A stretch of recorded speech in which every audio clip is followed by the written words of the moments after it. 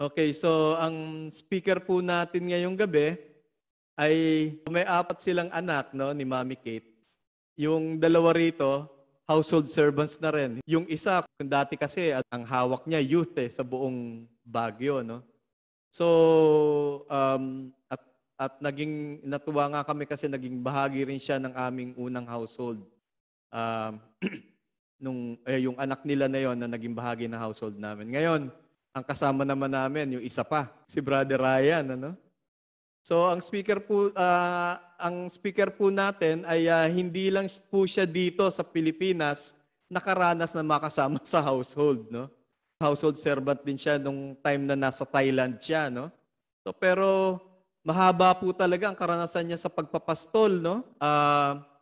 Yung kapatid po natin na yan ay nakaranas ng maghawak maliban sa pagiging household leader o servant ay naghawak po siya ng silang mag-asawa ng family ministry. Para po sa kaalaman ng lahat, ang family ministry ang hawak niyan, lahat po ng coordinators ng youth, singles, handmaid servants, kids, no?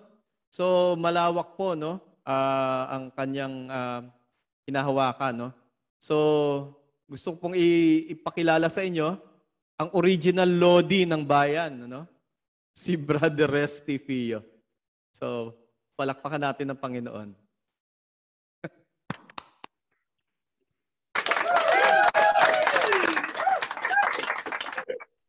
Okay.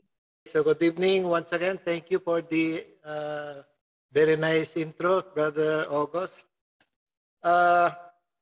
Medyo mahaba nga, so diretso na natin. No? Ang ating talk ngayon is tungkol sa talk number 2 ng Household Leaders Training. The Household Purpose, Dynamics, and Leadership. No? So ngayon tatalakayin natin ang layunin, mga galaw at pamumuno ng tinatawag nating household. Pero konting trivia muna. No? Alam ba ninyo kung saan nagsimula itong household? Saan nag-originate ito? Of course, sagutin nila noong June 1981, nung na-establish ng CFC with 16 couples. Pero before 1981, merong community na ang tawag ay Ligaya ng Panginoon. No? At merong mga couples na members, merong mga youth, mga halo-halo, no?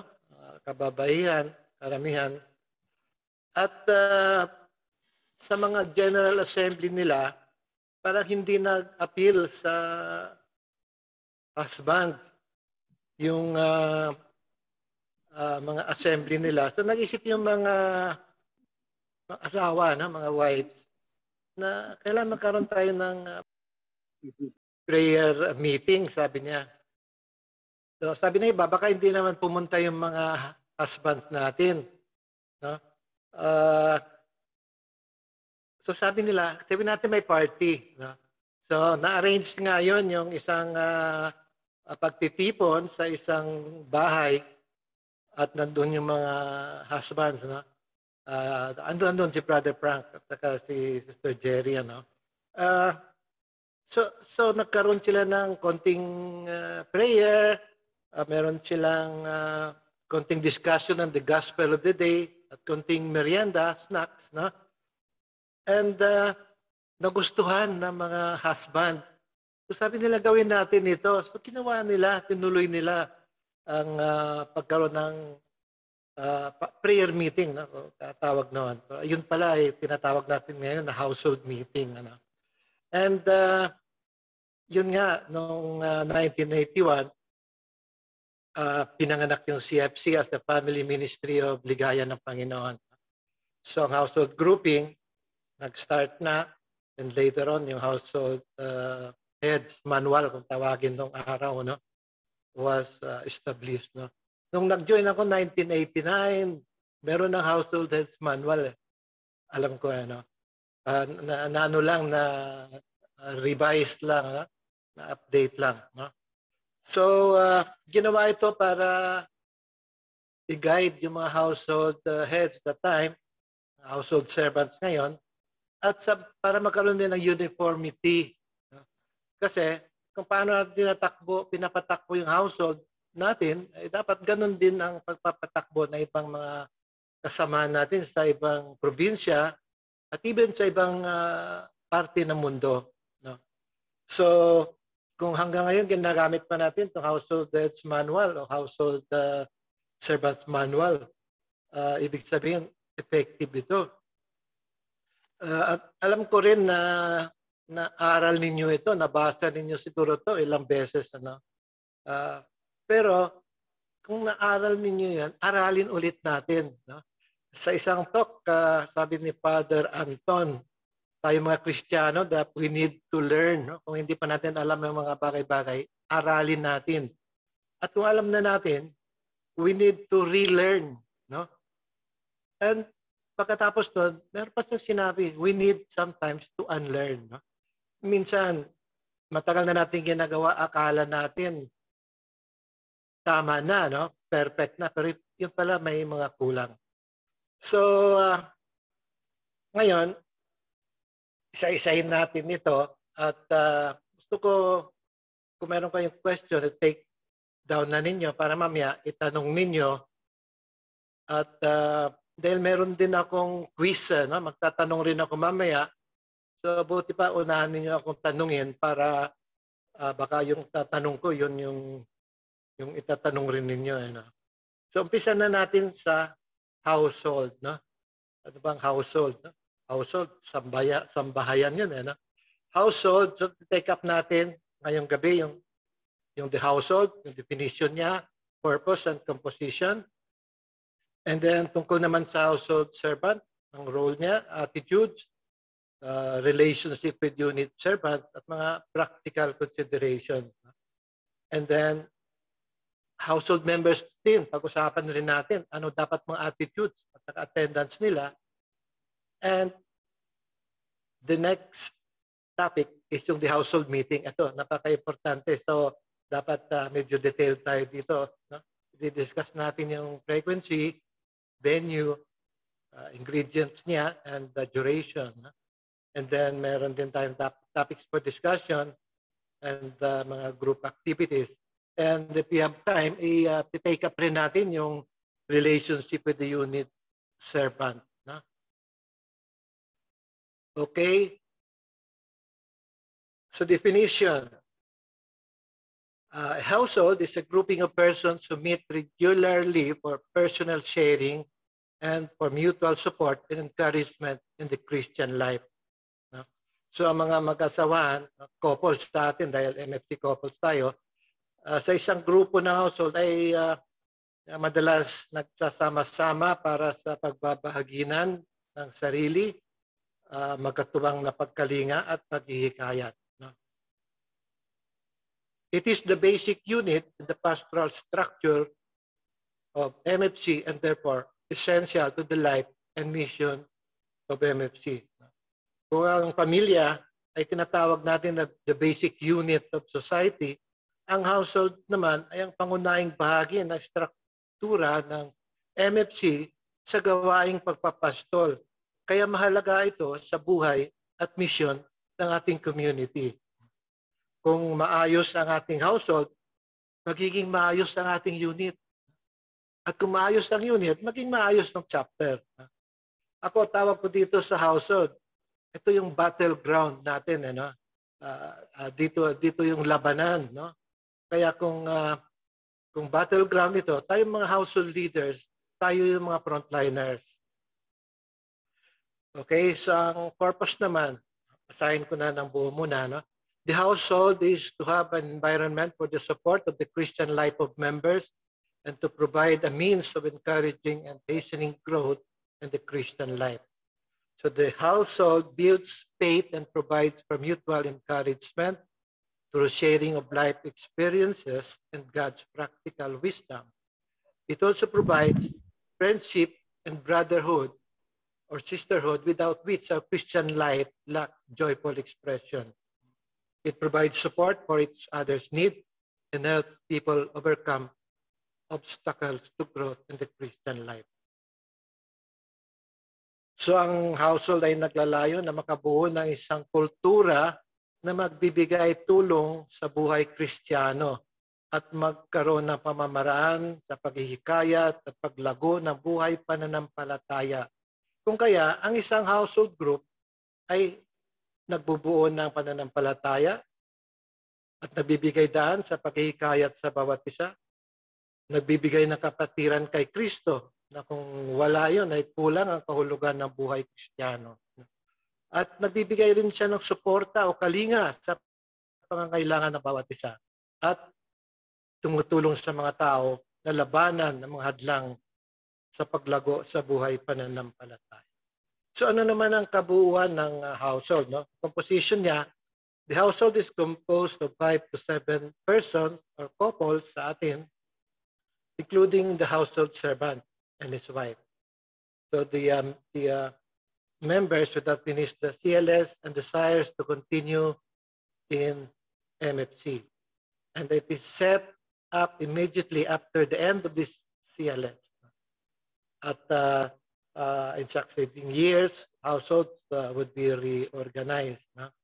So ang household ay binubuo ng 5 hanggang 7 na mag-asawahan. Pero case to case, minsan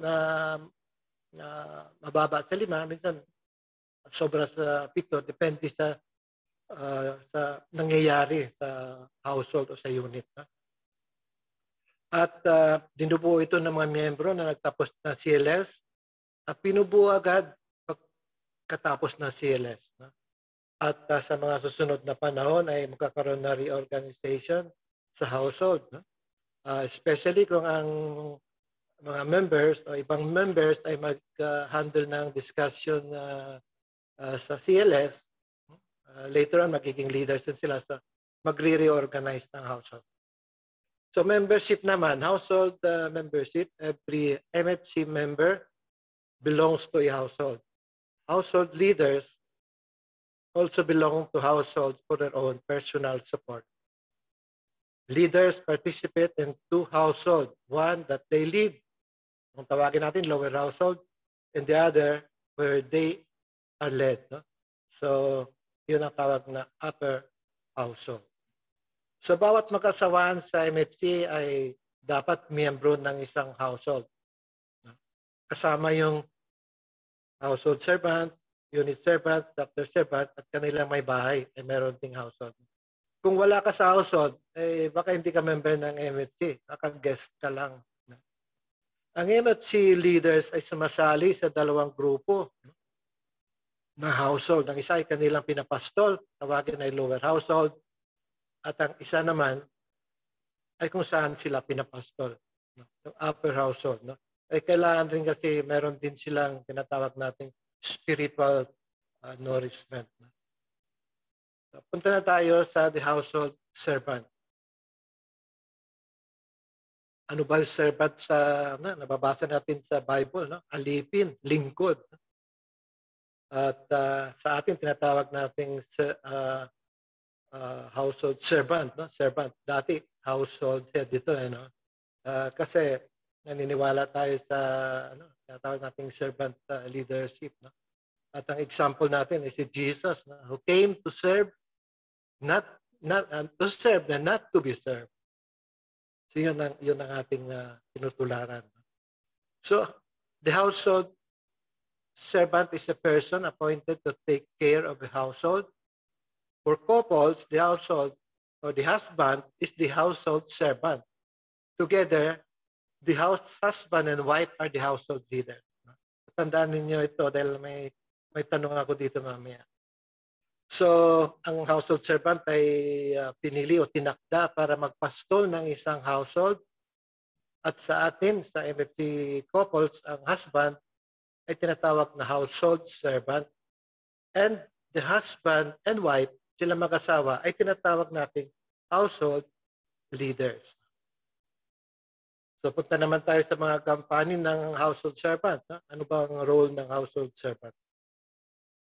Una, he is the designated leader over the group and is responsible for all activities of the household and for the good order of the household meeting.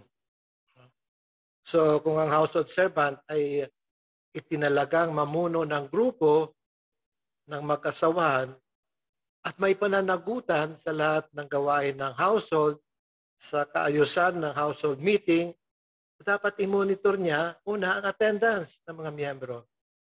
Pangalawa, yung pagbabahaginan, no? O sharing o discussion, mga talakayan, no? Mga ganun, no? At pananatiliin ang paggalang at respeto sa bawat isa.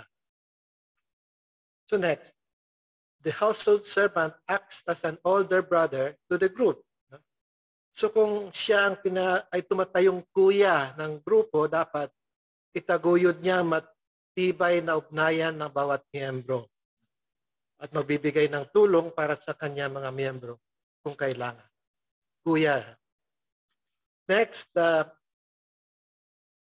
he helps each member to be fully integrated into the household and then in MFC. No? So tinutulungan rin dapat niya ang bawat miyembro para lubos na maging kabilang sa household at sa ating community. No? Paano yun? Encourage natin sila na mag-participate sa chapter para makilala sila at sa mga activities ng chapter or even sa area. No? The last Saturday, no? Marami tayong umattend sa area assembly natin. No? So dapat involve lahat na mga household members natin. So he has no authority over members' lives but exercises concern for their lives, especially in the areas of righteousness and good order. So wala siyang kapangyarihan para pangunahan ang buhay ng mga miyembro, pero dapat nagpapakita ng tunay na pagmamalasakit lalo na sa matuwid at maayos na pamumuhay. Next, he supports the life in MFC and the decision of its seniors. So sa isang household servant, dapat tinataguyod niya ang buhay sa MFC at sa mga desisyon ng nakakatandang leaders. Halimbawa, hindi niya ginagamit ang household meeting para ilabas ang kanyang pagtutol sa pamunuan ng MFC. Sa mga pagkakataong ito, sa di pagsang-ayon ay sangguni ito dapat sa kanyang unit servant. At lubos ang pagsuporta sa anumang desisyon tungkol sa paglipat-lipat ng miyembro sa anumang household. Halimbawa, may mga reorganization. So punta naman tayo sa gampanin ng may bahay ng household servant. The role of the household servant's wife. She is responsible for developing and enriching sisterly relationship among the women. She fosters good order in the discussion and sharing of the women during the household meeting. She sees to it that all the women are fully integrated into the household and in MFC. And she does not exercise headship over the wife, whose heads are the husband. So ang pananagutan ng wife ng household servant ay ang paghubog at pagpalago ng samahan ng mga babae para sa kaayusan ng mga diskusyon at pagbabahaginan ng mga babae rin. At iyakin ng lahat ng mga babae ay lubos na kabilang sa household at sa MFC. Katulad na sinabi ko kanina sa pag-participate sa bigger community natin sa chapter at saka sa lahat na activities ng MFC. Pero wala rin siyang kapangyarihan na pamunuan ang mga buhay ng kababaihan dahil ang mga babae pinangunguluhan ng kanilang kabiyak na lalaki. Kasi inaral natin yun, the husband or the husband is the father, is the head of the family. Next, punta naman tayo sa qualification of a household servant. The household servant is selected based on the following criteria. Una, availability. So dapat ng isang household servant may kakayahang makapaglaan ng panahon para maglingkod. Next is formation. He should be growing spiritually, fairly good order in personal life, including relationship with spouse, fairly good appreciation of the vision, the mission, and culture of the MFC, and faithful to MFC covenant. So, dapat meron din paghuhubog, no, na nakikita sa isang household servant. No? So, dapat lumalago sa buhay pananampalataya, may kaayusan ng pamumuhay, pati sa relasyon niya sa kanyang asawa. Kasi kung hindi niya maayos na relasyon niya sa kanyang asawa, paano niya maayos na relasyon niya sa kanyang mga household members? Next, dapat may pagkakaunawa rin siya sa mitiin, sa misyon at kultura ng MFC at dapat sa ating MFC covenant. Well, sasabihin naman natin na mahirap naman ang ating covenant. Mahirap sundin. Well, totoo yan. Mahirap 100% sundin ang ating covenant. Pero dapat maintindihan ng isang household servant yung pangailangan maging faithful at committed sa covenant. No?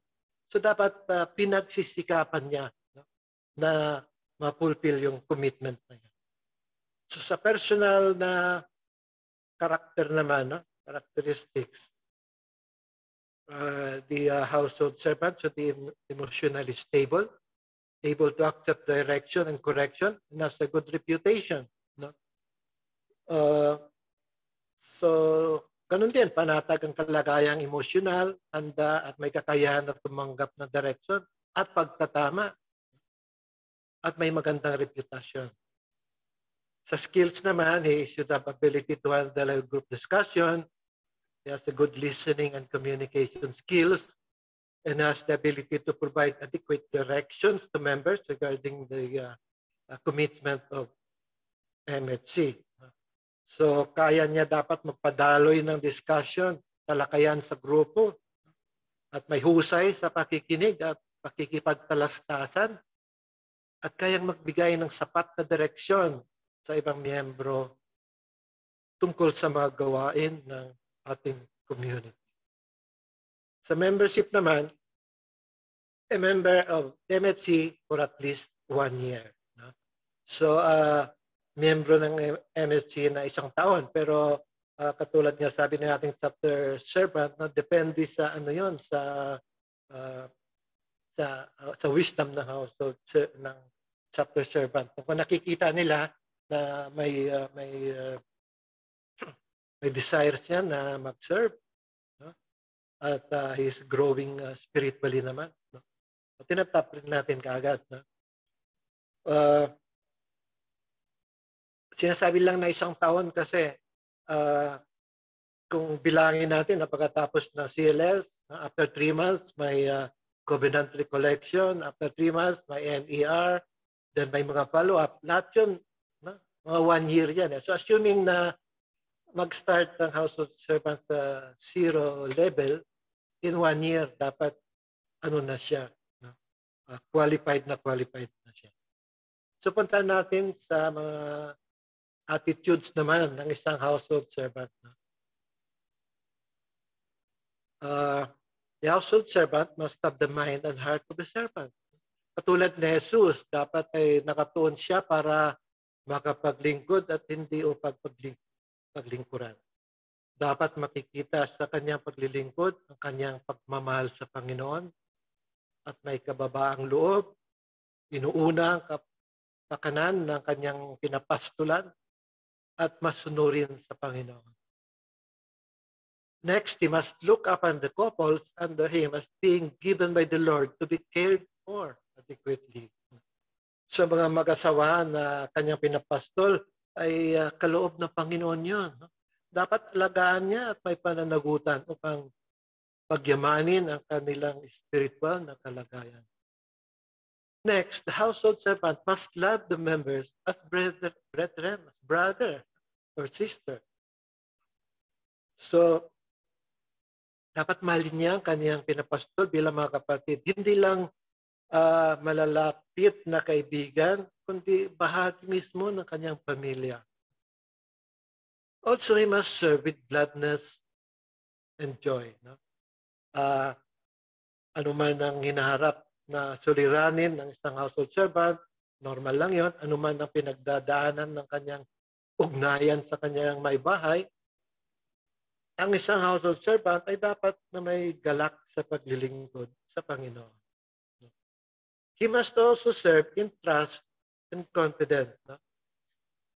Dapat rin niya maunawaan na dahil ang Panginoon ang tumawag sa kanya para sa ganitong gawain, ang Panginoon din ang magbibigay sa kanya ng karunungan, ng gabay at mga kaloob upang maging ganap na kasangkapan siya ng kagustuhan ng Panginoon.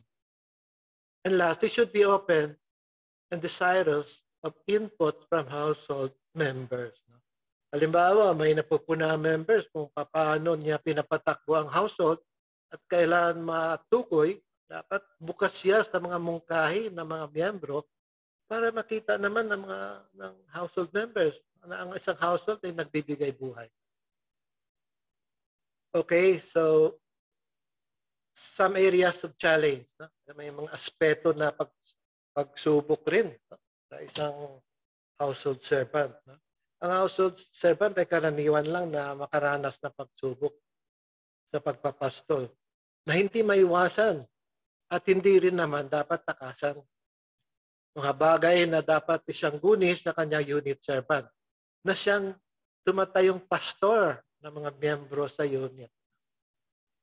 Ang pagsubok sa pagpapastol na kinakaharap ng household servant ay pananagutan at gampanin ng unit servant. Kapag inihantulad natin sa loob ng pamilya, ang household servant ang tumatayong kuya at ang unit servant ang siya naman, yung ama. So halimbawa, may mga sample issues for referral to unit servant. Halimbawa, serious relationship problems between husband and wife or between brethren. Kung may matinding problema sa pagitan ng lalaki at babae, mag-asawa, o sa pagitan ng mga miyembro, dapat isang guni sa unit servant. Also, mayroong mga issues which pastorally affect the unit or across the unit. Example, yung financial borrowing without proper consultation and clearance. Maganda yung example niya. No? Nakaka-apekto sa loob ng unit o iba pang unit. No? Ang pagpapautang, example dito, pagpapautang. Kasi pag-utang, hindi na babayaran ng mga miyembro, hindi atin ng household. Mas sisira yung household. Meron tayo palang guidelines for business dealings. No? At kasama dito yung borrowing. No? Na kailangan natin i-balanse ang commitment to love and serve one another sa pagtulong at versus unity and peace of the body of our community. No? So gusto man natin tumulong pero kung nakakasira sa ating samahan sa body ng MFC ay dapat talaga pag-aralin kaya kailangan may consultation at clearance. So isa pa mga issues, unfaithfulness of members to meetings requiring a decision to retain or drop a member from MFC. So may mga membro tayo minsan na walang katapatan sa mga pagtitipon at kailangan pagpasyahan. So isa sangguni yan sa unit servant. Next, slander or gossip which erodes relationship within the household or unit or across units. No? So may mga chismis rin at paninilang puri na nangyayari sa household. So dapat i-refer dito sa unit servant. At serious wrongdoings. Alam na natin yan, maski sa CLS pa lang, ay yung matinding pagkakasala ay binibigyan natin kagad ng pagpapahalaga yon sa mga members natin. Meron din yung moral and theological questions such as taxes, bribery versus extortion, penance, sacramento, malalalim na mga issue, moral at theological, o sakramento, kapatawaran, mga ganun, no? Dapat i-refer sa unit. at proselytizing and ecumenical relationship, mga malalalim, no? Malalalim, paghihikayat sa pagbabago ng pananampalataya, halimbawa, pagsasama sa ibang mga sekta, ayun ay i-handle ng unit servant. So punta tayo sa mga practical consideration. No? Meron din mga bagay na kailangan na bigyan na pagsaalang-alang. No? Ang household servant ay dapat tukuyin niya makaraniwang aspeto para sa pagdaos ng household meeting. So ito, isa sa concrete things the household servant should do. Handle the practical concern for household meetings. Halimbawa, yung place of meeting, mga topic. Na? So lugar na pagtitipon, mga usapin para sa bahaginan, mga discussion topics natin, mga miyembro na kulang sa pagbabagi, no? Kulang sa pag-share o limit rin ang mga miyembro na sumusobra sa pag-share. Pagpigil sa anumang uri ng paninirang puri habang nagtitipon at pananatilihin ang discussion sa topic. Minsan, nawawala tayo sa topic ang mga members napupunta sa ibang topic. No? At pagtatala rin sa mga miyembro. No? Record din natin yung mga tungkol sa ating mga members. No? So, isa sa mga practical consideration ng household servant ay dapat the prayer at the household servant should be prayerful. No? Dapat magiging madasalin siya. No? Halimbawa, pinagdarasal ang bawat miyembro sa oras na kanyang prayer time. Sinasama niya ang mga members sa kanyang prayer. No? At nagdarasal bago magsimula ang household meeting para humingi ng guidance ng Panginoon. At i-pray over ang mga members during birthdays nila, anniversary, at mga sakit, ano pa mga pangangailangan. So isa pa, practical consideration, they should be prepared and has an agenda. Sa madaling salita, pagtitiwalaan natin ang Panginoon, ngunit gawin rin natin ang ating gampanin. So mag-prepare din tayo. You should focus on spiritual growth and God's power rather than on problems. No? So, hindi tayo mag-focus sa mga problema, kundi tumutok sa pagkapangyarihan ng Panginoon.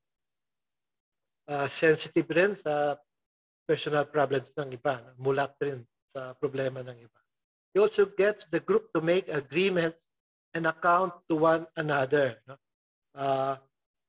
Isang consideration ay makagawa ng kasunduan at ng pananagutan, halimbawa sa oras na pagtitipon, pagpapahalaga sa oras ng lahat, no? Tamang paraan sa pagsasalita tungkol sa iba, at iwasan ang katatawa ng mapanakit o negative humor. No? Also, he refers all frequent absentees to the unit servant. No? Ipaalam sa unit servant ang lahat na malimit lumiban upang makabuo ng pasya na kung anong gagawin. No? Also, the household servant is in the lookout for potential leaders and informs the unit or chapter servant about them. No? So, maging mapaghanap sa mga pwedeng mamuno sa CLS group discussion or mga potential household servant, potential speakers. Alam ito sa unit. He looks upon the books and writings of the servant general as a pastoral tool. So ang ituturing niya na kasangkapan sa pagpapastol ang mga aklat ng ating servant general. Marami yun. Maraming mga aklat ng ating servant general. At studies and reads, especially the books we publish. No? Mag-aral, magbasa, lalo ng mga libro na ating mga pinapublish. No? Mga libro ng ating servant general, dapat ang household servant ay mauna sa mga members magbasa ng mga aklat na yon. He does not use the household meeting to ventilate his own personal problems, nor seeks help from such problems from the household members under him. No? So, huwag gamitin ang household meeting para ilabas ang ating mga personal na problema. Huwag din maghingi ng tulong mula sa miyembro tungkol sa ating personal problem. Next, if for any reason he feels he cannot do the task as household servant, discuss this with the unit servant so that appropriate action can be taken. Kung may anumang dahilan, no, hindi natin masabi na hindi natin may sagawa ng maayos ang gampanin bilang isang household servant, dapat makipag-usap tayo sa ating unit servant tungkol dito para magawan ng agarang action. Kailangan kaagad kasi ang magsasuffer ang members natin. So punta naman tayo sa miyembro na. Tapos na tayo sa mga household servant. No? So punta na tayo sa household members, no? Mga miyembro ng ating household. No? Punta tayo sa attitudes dapat ng household members. First is openness. No? Ang mga miyembro ay inaasahang magpamalas ng ilang patayang pag-uugali. Halimbawa, una, dapat maging bukas ang bawat isa sa pagtanggap sa kagustuhan ng Panginoon na ibinibigay sa pamamagitan ng ating household group. Next, confidentiality. Hinikayat natin ang mga miyembro natin na magbahagi ng kanilang buhay sa ating household meeting, pati ang kanilang mga problema. Pero ingatan natin ang mga pinag-usapang personal. At anumang pinagbahaginan sa ganito ay hindi kailangang lumabas sa ating community, sa ating household o unit. Pero maaaring rin pagbigay ng isang household servant ang kanyang alalahanin sa unit servant. No? So, kung may problema siya tungkol dito, pwede rin na isang guni sa unit servant bilang bahagi ng paglilingkod at malasakit sa mga miyembro. Next, attitude. The household members should have faithfulness.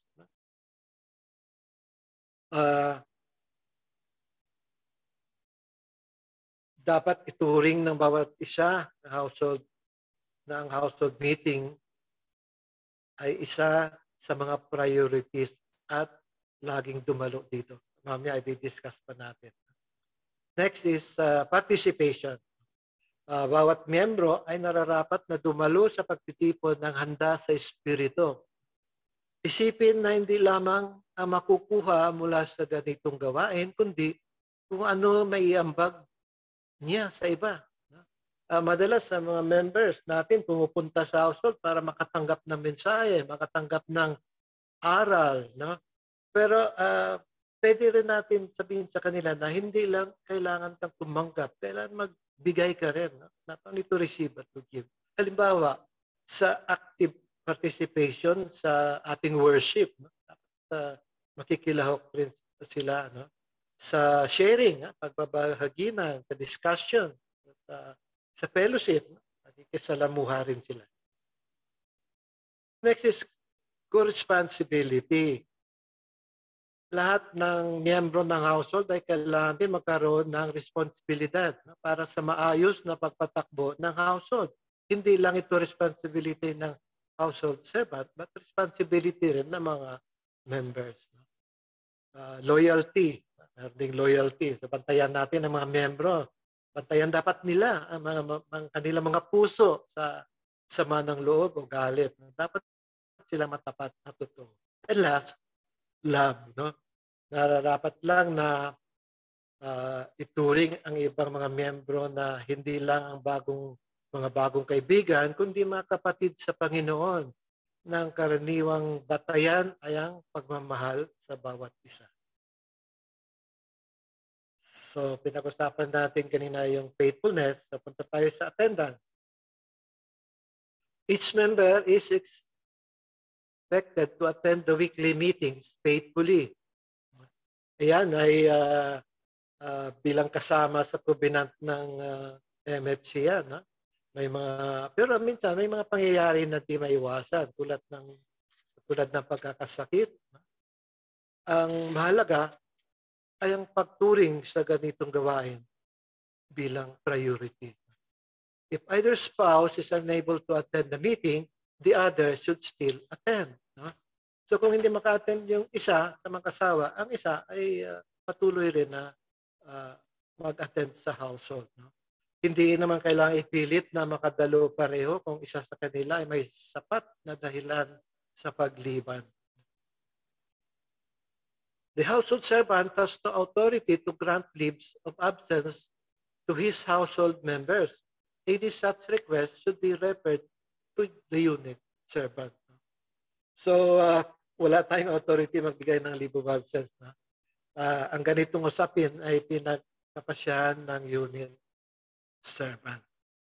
So, punta naman tayo sa household meetings. Maaga pa. Household meetings. Ito ulitin ko ha, ang sabi sa manual ay household meeting. Sometimes tinatawag natin na household prayer meeting. Pero hindi mo makikita sa manual yan, tinatawag na household prayer meeting. Ang tinatawag natin na lang ay yung sa chapter prayer assembly, sa unit prayer assembly. Pero for the sake of the manual, gamitin natin yung household meeting. Okay? Frequency. Gaano ba kadalas? Households meet on the same mutually agreed day once a week. No? So, once a week, hanggat maaari, sa parehong araw na pinagkasunduan ng lahat ng miyembro. The household servant cannot skip or cancel any meeting. May exception naman yun. Maliban na lang, of course, sa matinding kadahilanan. So if the household servant cannot be present at a scheduled household meeting, refer the matter to the unit servant. Kung hindi makadalo ang isang household servant sa napagkasunduan na household meeting, ipagsangguni ito sa unit servant. Maaaring ipagkatiwala ang pagpadaloy ng household sa isang miyembro ng household o isa pang kapatid mula sa kinabibilangang unit o even the unit servant himself kung gusto niya. Kung absent ang household servant, hindi pwede mag-lead ang wife. Wala sa manual yan. Next, meron ding exception no? Sa ating weekly household meetings. No? Una, no, maaaring hindi magkaroon ng household meeting during the week of the monthly chapter prayer assembly. So, sa linggo na meron tayong chapter assembly, ay maaaring hindi tayo magkaroon ng household meeting. When the whole household served in CLS, no, itong manual ito, it is assuming na face-to-face no, ang ating platform, hindi online. No. Kung nagsaserve yung household sa CLS, household will need to meet only 2 weeks out of 4 in a month, in addition to its weekly service in the CLS. So kapag lahat ng miyembro, lahat naglilingkod sa CLS, ang household meeting ay gaganapin ng 2 beses sa loob ng isang buwan. So with the CLS is on the same day as the chapter prayer assembly, the household meets twice in a regular household meeting. O kapag ang CLS ay tumatama sa mismong araw ng chapter assembly, ang household meeting ay gaganapin ng 2 beses sa loob ng isang buwan. Ang CLS naman ay kung hindi the same day as the chapter assembly o prayer assembly, the household meets once in a regular household meeting pero attend ng prayer assembly. So, kung hindi tumatama sa mismong araw ng chapter assembly, ang household meeting ay gaganapin ng isang beses sa loob ng isang buwan. At wala tayong household during special times as the Holy Week and Christmas break. So, pagka Pasko, wala tayong household. Ito naman yung ang number of household meetings. No? Parang meron na tayong sinusundan ngayon sa online natin. No? May chapter, household, may GMT, may household, minsan may unit assembly. It depends sa unit rin natin. No? Unit server. So, punta tayo sa venue. The household meeting is to be rotated among the homes of the members of the group. Leaving the household meeting and the homes of the household members has the following values. So ang household meeting ay ginaganap sa tahanan ng isa sa mga miyembro ng grupo. At mayroong mga values na natutupad. No? Halimbawa, worshiping the Lord in our homes makes the truth that the home is a small church a concrete reality. Ang pagpapala ng Diyos ay tiyak na bababa sa tahanan na kung saan sumasamba ang bayan ng Diyos. The people in our home will be aware of what we are involved in and what we do every week. This is living our Christian faith openly and powerfully. Ang ating mga anak, halimbawa, mga magulang, mga kasama sa bahay, ay magkakaroon ng kamalayan sa kung ano ang gawain natin linggo-linggo at makikita nila na isinabubuhay natin ang ating Kristiyanong pananampalataya. So what we do in our homes can be an effective tool for evangelization, especially to our residential household, to our neighbors, and to other relatives and friends. No? So ang pagdaos ng household sa ating tahanan ay mabisang kasangkapan para sa evangelization. So punta tayo sa ingredients of a household meeting. Ito tingin ko napaka-importante. A typical household meeting would involve 3 indispensable ingredients. Worship and prayer, pangalawa, a time of sharing or teaching or discussion, and some time for fellowship. So ang tatlong hindi dapat maalis na sangkap, pagsamba at panalangin. Tapos oras para sa pagbabahaginan o pagtuturo o discussion. At oras para sa pakikipagsalamuha or fellowship. Isa-isahin natin yan. Worship. The worship portion should include all the necessary ingredients. Singing, praising, words from the Lord, individual prayers of thanksgiving, petition, and intercession. So, ano ba ang typical format? Dito natin isa-isahin. No? For the time of worship. So, merong typical format. No? At bawat miyembro ay dapat maging familiar at panatag sa ating paraan na pagsamba at pagpapuri. At ito ay pinangungunahan ng household servant. So, ano mga karaniwang balangkas na oras o ng oras ng pagsamba? First, come before the Lord. Short exhortation from the leader. So pagdama muna sa presensya ng Panginoon, maaring magbigay na maikling exhortation ang isang household servant para mahimok ang mga miyembro sa masiglang pagpupuri. Halimbawa, sample na exhortation. Basta ka ng madali, yung Psalm, Psalm 34, halimbawa, taste and see the goodness of the Lord. And, halimbawa, Psalm 95, come let us sing with joy for the Lord. And then, expound mo lang ng konti, leading to the goodness of the Lord. And then, minsan, yung gospel, no? Gospel, minsan ang ginagawa nating exhortation.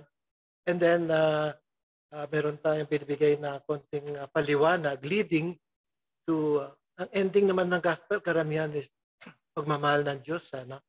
So that will lead us to praise God. Babalik natin ang papuri sa Panginoon. Minsan naman ay konting sharing ng isang leader. Katulad ng ginawa ni Brother Rex sa area, hindi naman gospel exhortation niya nung nag-worship tayo, kundi meron siyang konting sharing kung anong dating ng binasa niya sa Bible. Pwede niya i-share and exhort the members to lead them to a lively worship. So, sunod, after exhortation from the leader, sing a lively song of praise. No? Ang ating praise song ay inaawit ng masaya, no? with vigor, with strength. Ito ay tinatawag natin na praise song. Mabilis ito. No? And then, simultaneous vocal praising. Dapat bibigyan natin papuri ang Panginoon at maririnig, lumalabas sa ating bibig. It should be the fruit of our lips. No? We praise you, Lord. We glorify you. We honor you. So, exhort natin ang members na gawin yun. No? And then, sing another lively song. Then, more praising. No? Sa dalawang mabilis. No? Pag-awit ng isa pang awiting papuri na mabilis at muli magbibigay ng vocal prayers na papuri o vocal praising. And then sunod, sing a slow worship song. Sinabi talaga slow. No? Ang worship song kasi mabagal. No?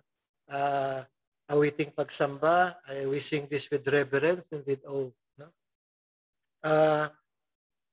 And then after the worship song, we sing in tongues. And then followed by a short period of silence. Ito encourage rin natin ang ating mga members na bibigay papuri at pag-awit sa iba't ibang wika, singing in tongues.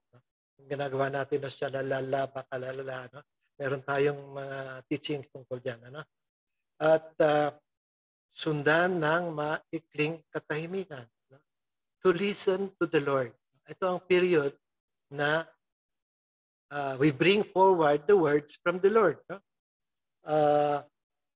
So pagpahayag na mensahe ng Panginoon. No? It could be a prophetic word. No? Prophecy itself. A short verse mula sa Bible. Kaya lang short lang. No? O kaya exhortation. No? Madalas binabasa natin ng mga verses sa Bible. But it should be short kasi ang gusto lang natin makuha yung mensahe, no? Hindi naman kailangan basahin yung the whole chapter. No? Yung iba nga lang, isang linya lang. No? So basahin nila the word of the Lord. No? As for me and my household, I will serve the Lord. Mga ganon. No? Trust in God, in the Gospel of Luke. Mga ganon lang. Ano? So mga isa o dalawang verses lang. Ano? Marami tayo eh. And then, makakaroon ng individual prayers of thanksgiving, no? Panalangin ng pasasalamat. No? Pwedeng isama ng household servant ang mensahe ng Panginoon sa kanyang thanksgiving prayer. No? Halimbawa, napakalakas na mensahe ng Panginoon. For example, about trusting in God. No? So, pasalamatan natin na may mensahe ang Panginoon na we should trust in God. No? Pero before going to detailed thanksgiving prayers, no? After kasi we bring forward the word from the Lord, di naman kaagad tayo nabibigay ng thanksgiving na detalya na, Lord, salamat sa pagpagaling mo ng aking anak. Salamat, Lord, sa trabaho. Ganun, no? Meron mo nang tayong parang intro prayer, no? Na kailangan ma-establish natin ang relationship natin sa Panginoon. Na kung kanino natin ina-address ang ating panalangin, ang ating thanksgiving prayer, or even applies rin sa petition. No? Of course, kilalanin muna natin ang ating Panginoon. No? So, general prayer ng kanyang pagmamahal. Sino ba siya? Sino ba yung pasasalamatan natin? Mapagmahal na Panginoon, mabait na Panginoon. No? Sabi nga ni Father Dave, no, ito daw ay tawag ay salutation prayer. No? I-address mo muna ang Panginoon, then followed by detailed thanksgiving prayer. No? Kung hindi, kung nagdududa pa kayo, pakinggan lang ninyo kung paano mag-pray ang ating mga unit servants. No? Ganun ang format nila. No? Then, pag may detailed Thanksgiving prayer na natin, susundan rin ng mga household members natin yan. Pero kailangan, maiksi lang. No? Mamaya, ma-realize nyo na binibigay lang dito 30 minutes. No? But flexible naman tayo. No? So, kailangan, maiksi lang. So, paano natin maiksihan? No? Avoid natin yung repeating prayer. No? Halimbawa, general prayer like isang member nagsabi na, Panginoon, tigilan na itong pandemic. No? Hindi na natin kailangan ulitin. Kailangan mag-agree tayo. Yes, Lord. No? And if we agree, ang prayer ng isang miyembro, magiging prayer din ng lahat. No? So it becomes a communal prayer and it is very powerful to God. No? So ang ating prayer should be short due to time constraint. No? Hindi naman mandatory na i-present natin sa Panginoon lahat na personal prayers natin sa household. No? Kasi ang mahahabang prayers ay ginagawa natin sa ating personal prayer time. In fact, merong case, no, isang household servant na tinanong sa one-to-one, yung isang member niya, Brad, dadasal ka ba during your personal praying time? Ang sagot niya, hindi na bro, kasi during household meeting, binubuhos ko na isang linggong panalangin.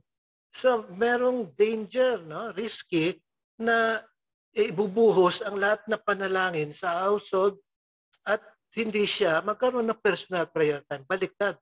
Dapat mahaba ang personal prayer time at maiksi lang ang prayer sa group prayer.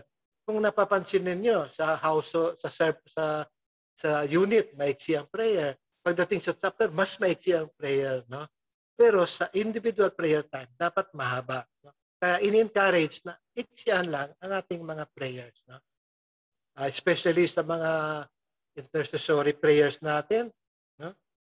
Sa mga kasamahan natin, no? Gagawin natin sa ating individual prayer time. And then, after the prayer of thanksgiving, meron tayong individual prayers of petition in intercession. Ganon din, meron din tayong salutation prayer, a general prayer kung sino itong Panginoon na hinihingan natin ng tulong, no? Sino siya, kilalanin natin, no? I-declare natin, no? Kailangan i-establish natin yung relationship na yon. And then, magkaroon tayo ng individual prayers of petition and intercession. At susundin ng mga members natin yan. And last, magkaroon tayo ng closing prayer by the leader. So, sana nakuha ninyo ito dahil mamaya may quiz ako dito. Okay? So, yun ang ingredients ng household meeting. No, hindi pa tapos. My wife. Continue sa worship. No? Sa worship naman, members should be exhorted by the household servant to participate actively in the singing, praising, and prayers of thanksgiving and petition. They should also be encouraged to exercise the spiritual gift of prophecy, inspired scripture reading, and exhortation. Dapat din natin may kayat ang bawat miyembro na gamitin ang kanilang mga spiritual na kaloob, no? Mga spiritual gifts, tulad ng the gift of prophecy. Merong mga inspired scripture reading. Pero kailangan short Bible reading lang or prophetic word. Na minsan may mga kapatid tayo na may gift of prophecy, tatayo lang, no? Sasabihin na, do not be afraid, my children. My spirit is with you, says the Lord. Kung yun ang inner witness ng Holy Spirit sa kanila, dapat ipahayag mo yun. Ipahayag nila yun. Alam ba ninyo na yung paglago ng CFC noong araw ay nagsimula lang sa isang prophecy ni Nina Ponte, kapatid natin si Nina Ponte. Nung sinabi niya na couples for Christ will win the world for Christ. No? Hindi naintindihan ng mga leaders noon yan. No? Pero dumating ang point na unti-unti nangyayari. No? Naabutan ko yun, nagkaroon ng rapid and massive evangelization. No? Nagkaroon ng mga CLPs 4 times a year at sa ibang bansa. No? Nagsimula lang sa isang vision at prophecy. So the household servant leads in the worship. As a general rule, he should not delegate this responsibility to the other members. However, every once in a while, he may ask another person to lead for the purpose of training. But most of all, he leads. No? So, hanggat maaari, hindi ipapasa ng household servant sa iba ang pag-lead ng worship. No? Pero magayon man, paminsan-minsan, maaari niyang mahiling sa ibang kapatid na lalaki ang pagsagawa nito, pero bilang pagsasanay lang. Pero hindi niya binibigay ang full authority na patakbuhin yung household the way he wants it. No? Siya pa rin ang magkocontrol. No? Pero ang isang member niya pwede mag-lead. So ideally, someone in the group should play a musical instrument if available and practicable. If no one can play, then it would be advisable to make use of recorded songs where songs have been arranged in groups of 3 precisely for use in household worship. Sana isa sa mga grupo ay makatugtog ng gitara o iba pang mga musical instrument. Pero kung wala naman, ay pwede naman gumamit ng mga recorded songs na 2 praise song at saka isang worship song. So the worship is done standing up for the whole duration. Exception would be pregnant women and sick or weak members.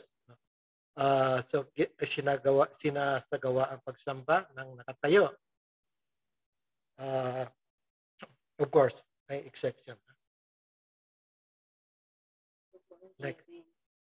Next, sabi ni Mrs. sharing daw, pupunta na tayo sa sharing, teaching, o discussion. So, ang pagbabahaginan, importante rin ito. Isa sa mga ingredients ng household meeting. Pagtuturo, teaching, o discussion.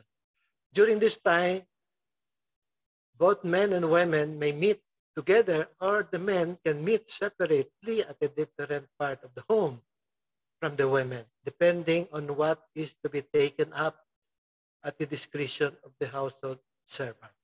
No? So, pwede magsama-sama ang mga lalaki sa isang bahagi ng bahay na nakabukod naman ang mga babae. Depende sa usapin. May kadahilanan nito. Ano? So most of the time, it should be a separate meeting. Merong some advantages. Una, members are free to share, especially of their difficulties, when their spouses are not listening. No? Tama naman, ano? Kung hindi naririnig ng kabiyak, malaya tayong makapagbahagi, di ba? Next, practically speaking, there would not be enough time, not quality time for everyone to share in the joint meeting. So kung hiwalay ang pagbabahaginan, makakaroon tayo ng sapat na panahon dahil sabay, ano? So it is also an opportunity for the husbands to be supported by the brothers as men and the wives by the sisters as women. Pagkakataon upang mabigyan ng suporta ng mga lalaki ng bawat isa, gayon din sa mga babae. Halimbawa, dati ginawa namin ito, may mga tawag namin burden sharing. No? Ang mga lalaki, halimbawa, separate group, nagsishare na kanilang mga problema isa-isa. Kami naman naglilista kung anong mga problema nila.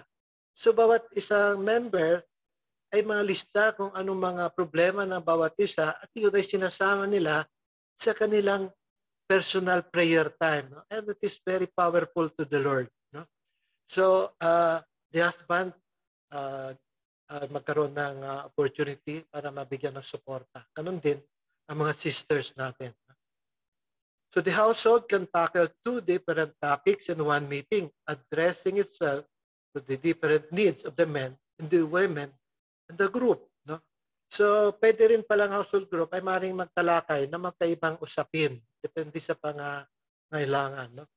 Halimbawa, the role of the husband, pwedeng discuss ng mga husband, the role of the wife, pwedeng i-discuss ng mga babae. Next, kasama sa household meeting, ang fellowship. Makikipagsalamuha, pagsalo-salo. The last part of the household meeting is fellowship. It is the time for socializing.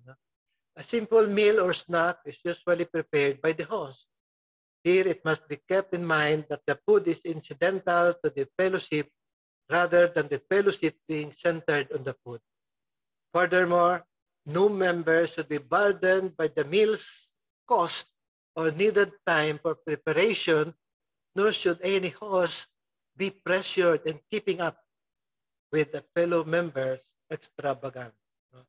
So, isang simple lang na merienda na pwedeng mapagsasaluhan ang karaniwang inihanda ng host couple. Sabi ni Mrs., ang setting is of course the face-to-face.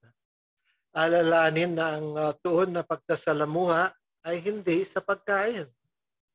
Higit pa, walang miyembro ang dapat mabigatan sa gastusin at walang miyembro ang dapat ma-pressure na tapatan ang extravagance ng iba. No? Meron nga tayong ginawang guide, no? One solid, one liquid lang ang ating isa-serve. No? Except of course kung may birthday celebration, pwedeng magpapansit. No? Upon agreement of the household members, the food may be a regular meal. No? For example, when the brother or sister coming from work, no? Pwede naman hapunan ang iserve. No? Kami dati, nung sa Thailand kami, meron kami early dinner. No? Hapon ang household namin. Kasi matraffic doon eh. Kailangan mag-serve talaga ng hapunan ang host. No? So pwede naman. No? Depende rin sa agreement ninyo. Pag-usapan ninyo. And then, the grace before the meal is said by the host. No? Sinasabi, yung host ang dapat mag-bless ng food. So nagtatapos ang pagtitipon. The evening ends with a short closing prayer by the household servant. So, itong format, it is recommended to be followed. No? Sundin natin ang household manual on how we conduct a household meeting for the reason of uniformity, no? And to avoid too much deviation in the future. Alam nyo, ang ating mga household members, nag-o-observe yan, no? So kung paano natin kinakandak ang household meeting, pag nag-deviate tayo, nakukuha nila yon. So kung sila magiging household servants in the future, meron sila maisip na mas maganda ito, dagdagan natin ng ganito.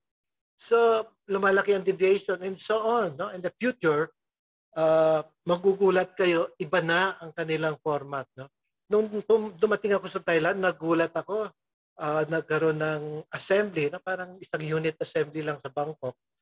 Ang haba, unang banat kagad, contrition. Bawat isa may contrition prayer. Bawat isa sa grupo may contrition song. Ibang format, nagugulat ako. No? Minsan naman, nangyari naman, ang chapter servant, kasama namin sa lower servant. So nung dumating si Roquel Ponte ng CFC noon, binago niya lahat yun. Dapat we stick to the format na sinusundan natin. At dito makikita ng household servant yun sa ating manual. No? So sa duration naman, continue. Gaano katagal ang ating household? The household meeting is held after dinner on a weekday. Pero minsan naman, other mutually acceptable times are possible. Pwede naman. Ginaganap ang household meeting normally matapos ng hapunan. Pero ano man ang pagkasunduan araw at oras ay pwede naman. So the whole meeting would run for about 2.5 hours as follows. Worship, 30 minutes. Sharing, teaching, or discussion, 60 to 75 minutes. Fellowship, 30 to 60 minutes. So tatakbo lahat ito ng 2.5 hours. 2 to 2.5 hours. Kaya kanina sinabi ko, iksian natin ng individual prayers kasi worship 30 minutes lang. Ano? Kung susundin natin, kulang ito. Pero it is flexible natin. Kung kabaan natin ng konting worship, iksian na lang ang fellowship. No? So, flexible tayo lalo na ngayon pag online. No? As much as possible, household meeting should start at the agreed time. No? Hindi dapat naghihintay ang household servant kanino man. No? Kaya maaring makapagsimula na kahit ang household servant lang at ang host couple ang naroroon na.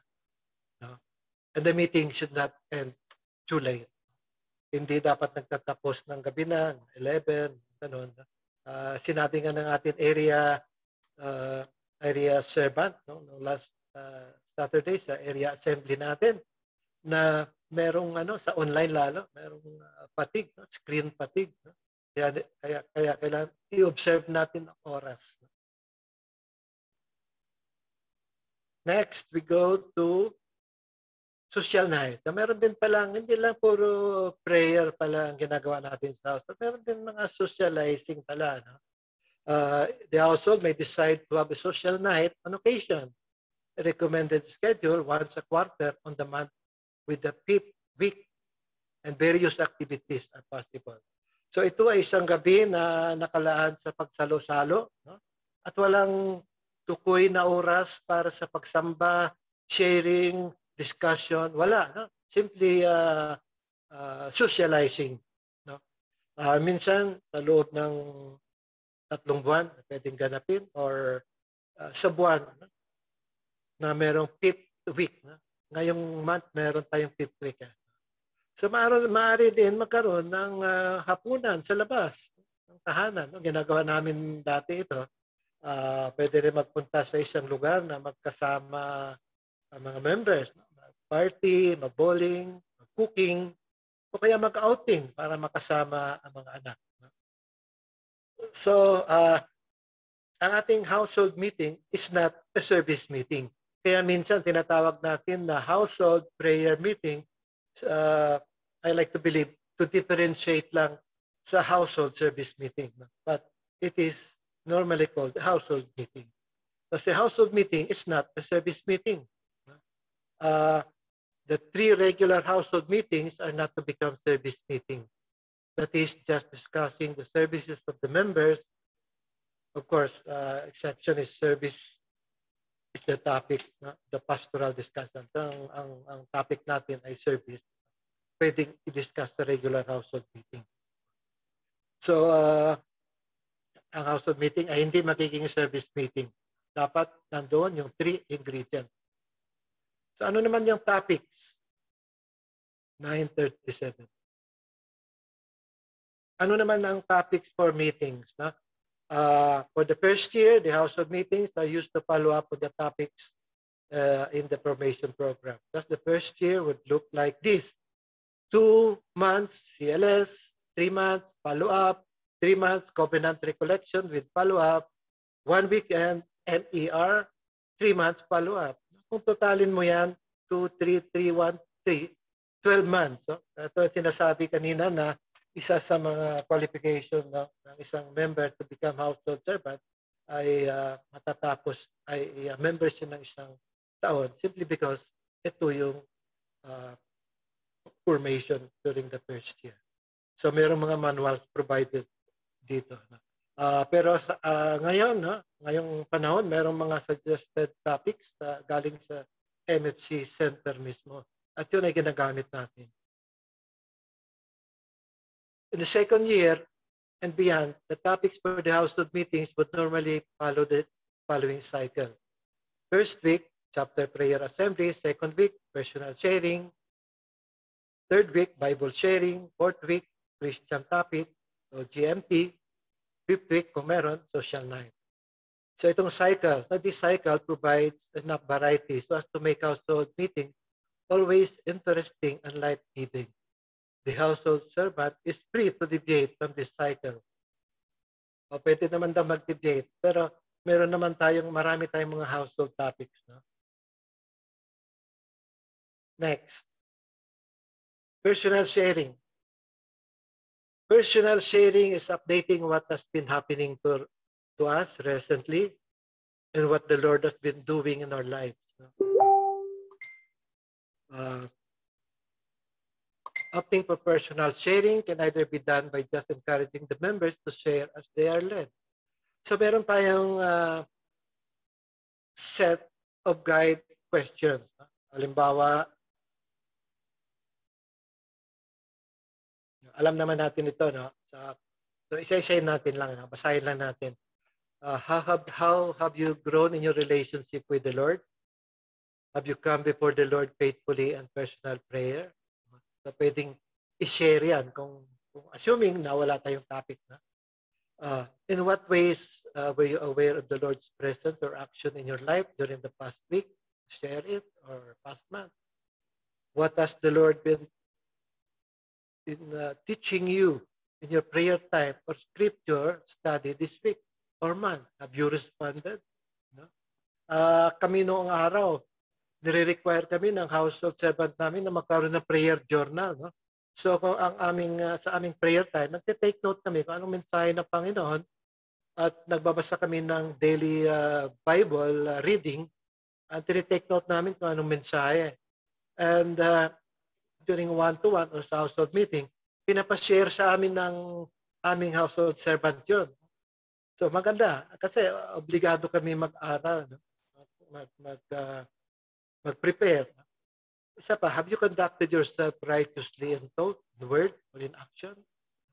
In what ways has the Lord used you to serve others this past week or month? What change has the Lord been asking you in order that you might grow in loving your brothers and sisters? So maraming personal sharing na pwede natin i-discuss sa ating sharing time. Minsan, Bible sharing naman. No? Bible sharing is a way for us to be more familiar with the Word of God. It is a way of drawing insight from the Bible and allowing God to speak to us personally through His written Word. So, merong various methods of Bible sharing. It could be utilized also. Katulad ng LBS natin, no? Ginagawa rin natin minsan. No? Siguro ginagawa rin ng inyong unit servants yun sa ibang mga units. So, importante yung Bible sharing. Kasi tayo naniniwala ng salita ng Diyos ay buhay and applicable siya, no? Sa generation noon at sa generation din natin. And merong topical discussion. Topics. These topics could be anything that has to do with the Christian life, which would be profitable for our members to gain greater understanding of especially topics of the life, the mission, the covenant, and culture of MFC. Sabi ko, meron naman tayong mga discussion topics na binibigay from this center. So example lang, personal daily prayer time, daily reading of the Bible, living fully Christian life, wrongdoings, good order and private life, participation in church, regular weekly dialogue with spouse. Ginagawa ba natin to? Living as a good Christian parent, family life and children, headship and submission in the family, discipline and raising of children. Pinag-usapan rin yan. No? Christian service, Christian fellowship, no? Setting priorities, TV and media, and spiritual gifts. Okay, next. Furthermore, certain publications, sharings, or teachings may provide the impetus for household meeting. Topic. Halimbawa, mga teachings contained in our Sound the Trumpets magazine. I don't know kung available pa ngayon yan. No? But ito, meron. Topics contained in various books that we publish. Yung mga aklat ng ating Servant General. Yung mga writings of our Servant General. At meron din kami dating The Word Among Us. No? I don't know kung available pa yun. Meron ding mga teachings or exhortation na binibigay sa ating monthly chapter prayer assembly. Pwede na maging topic na. Ang mga tape talks or teaching by renowned personages. Cycle of topic for the second year and beyond is no burden on the household servant.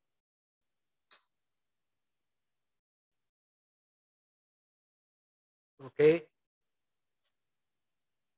To be always thinking of what to take up during the household meeting. No? So,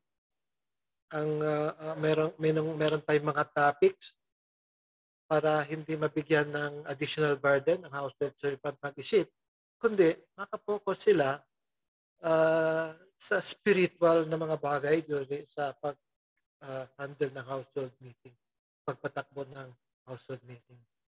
For personal sharing, the household servant and his wife or couples would simply moderate the sharings and keep the interaction active and life-giving. So, kailangan rin natin i-moderate, i-facilitate. For the Bible sharing, the household servant merely chooses the particular verse or verses to be taken up. Yun. Normally, yung gospel ang sinashare natin.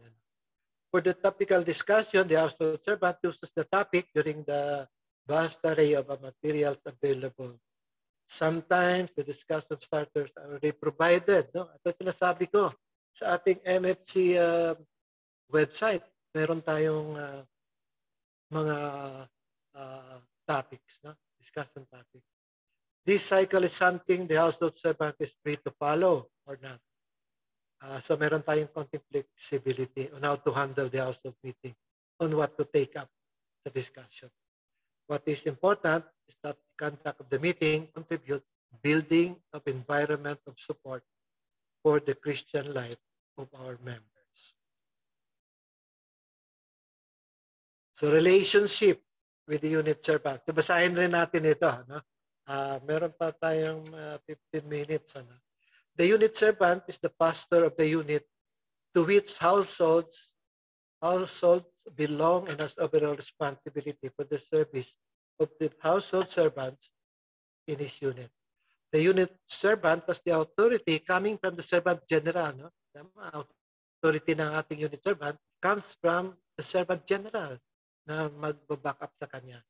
Household servants need to look to him with respect and in obedience with regard to his service. No? Dapat na meron tayong paggalang at obedience sa ating mga leaders. No? The household servant needs to look upon the unit servant as someone there for him to help him perform his duties effectively. The household servant should not look upon his household as his own turf that is not to be invaded by the unit servant. The household servant is to be fully open to the unit servant and to be eager to have his input on any matter involving his service. Sabi natin kanina, yung unit servant ay siya yung ama, tayo yung kuya, tayong mga household servant. The household servant focuses on facilitating discussion and the developing brotherhood and sisterhood in the household group. Diniscuss rin natin kanina yun. He is not expected to exercise pastoral headship over the group, but he would normally encounter certain challenges na take up na natin rin kanina yan. The household servant, together with other household servants of the unit, meets with the unit servant once a month for a service meeting. So meron tayong service meeting, hindi yung regular household meeting, once a month. So depende sa unit servant. Reporting in general, how the members of the household are doing, katulad na ginawa natin last unit household meeting natin. Receiving pastoral guidance and direction in handling of members, reminders, discussion and resolution of problems or issues na nangyayari sa ating household. Report on faithfulness in attendance. Importante ito. Pagliliban ng mga members sa household meeting, sa mga chapter assemblies, sa ibang activities. At sa ating tithing rin, no? Sa financial giving. Identification of and discussion of training exposure for potential leaders. So, importante rin, ha? Yung mga discuss yung mga potential leaders. No? And meron na administrative matters, mga bagay na, mga ID, mga songbook, mga gano'n. No? Mga records. So, relationship with the unit servant. The household servant needs to keep the unit servant informed and updated regarding his members. May update tayo. Since the unit servant does not have regular direct contact with them, but as a pastor, still responsible for everyone. Thus, occasional feedback from the regular monthly service meeting are essential. Following are some areas of pastoral concern for the unit servant. Kaya pinapagawa tayo ng attendance report, no? Kasi hindi na maasikaso ng unit servant yun. But still is responsible for every member of the unit. Sa anong areas na may pastoral concern sa unit servant? Household, are the members relating to one another? Are they free to share with one another? Do they worship freely together? Do they do anything together outside of the household? How is their general attitude towards MHC? No, lahat yun, pag-uusapan. No? Sa mga individual members naman, after a general report sa household, sa individual members, how are they growing in Christ? Meron ba silang daily prayer time? At sa atin naman, na mga couples, meron bang maayos na relationship natin sa ating mga asawa, sa mga anak, relationship with authority, sa mga household servant, to the unit servant, o sa higher leadership ng MHC, ano ba mga problema? And then, pag-usapan rin time and service. No? Meron ba tayong enough time sa ating pamilya, sa ating trabaho, hindi lang puro service. Pag-usapan rin yun para kung meron kayong mga challenges, no, ay pag-usapan rin. No? So are we growing in confidence? Kailangan natin ng tulong. Sa last meeting, tinatanong tayo ng ating unit servant, kailangan ninyo ng tulong. So next is, pasadahan lang natin dito. Wala na pala, group activities na lang, no? Very good. Aside from what has been taken up as proper to the activities of the household group, there are many other things that can be done as well. It is up to the household servant to discern the needs of his members individually and as a group and to act accordingly. These other activities may be in lieu of the normal household activity with approval of the unit servant. Halimbawa, intercessory prayer session. Minsan nakikita tayo isang gabi para magkaroon ng intercessory prayer. Tulad nyo, maraming nagkakasakit.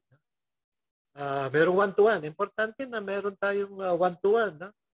It is one of the basic requirements sa ating household. Dapat meron tayong regular one-to-one sa ating members. No? Minsan sinasabi ng mga members, one-to-one na kaagad, ano ba kasalanan ko? Hindi naman ganun, ano? Para maging familiar ka lang sa member mo, makilala mo mabuti, at meron kang feedback kung ano nangyayari sa household niya o sa pamilya niya dahil member pa lang siya. No? So, importante yung one-to-one. Kami nga, nung nag-one-to-one kami, 5 minutes lang yung pinag-usapan tungkol sa pamilya namin about spiritual things.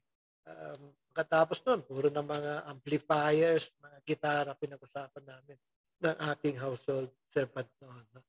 O minsan naman, meron kayong mga video sessions. No? Gusto nyo manood ng, halimbawa, yung The Chosen, mga ganon. Or yung mga talks natin, gusto nyo pakinggan ulit. Marami tayong inputs ngayon dahil sa online teaching natin. Sports. No? merong mahilig sa basketball, mga lalaki, noong araw nagba-basketball. Kami, madalas kami nag-outing. Nag-outing kami, pinapa-outing kami ng aming household servant. Tapos, yun pala, sa outing, ay pinapa one-on-one kami mag-asawa. Yung mga ganun. No? So, maganda rin. No? And minsan, meron kaming cooking session. Yan ang gustong-gusto ko eh. Na pinagtitipon yung mga babae. Tapos may nagtuturo kung paano lulutuin yung ganito. Tapos kaming mag-asawa ay nagpa-practice mag-gitara o kumanta. Tapos pagkatapos maluto, kainan na. So anyway, maraming mga bagay na pwedeng i-take up ng household servant. So other activities are also welcome as long as they make a positive contribution to the support and strengthening of the Christian life of members within the context of NFC. No? So, tapos na ang ating talk. So, isang oras siguro, no? Umigit. So, thank you and may God be praised. And lastly, credit to the owner of the PowerPoint. Okay, so yun lang. Thank you, brothers and sisters.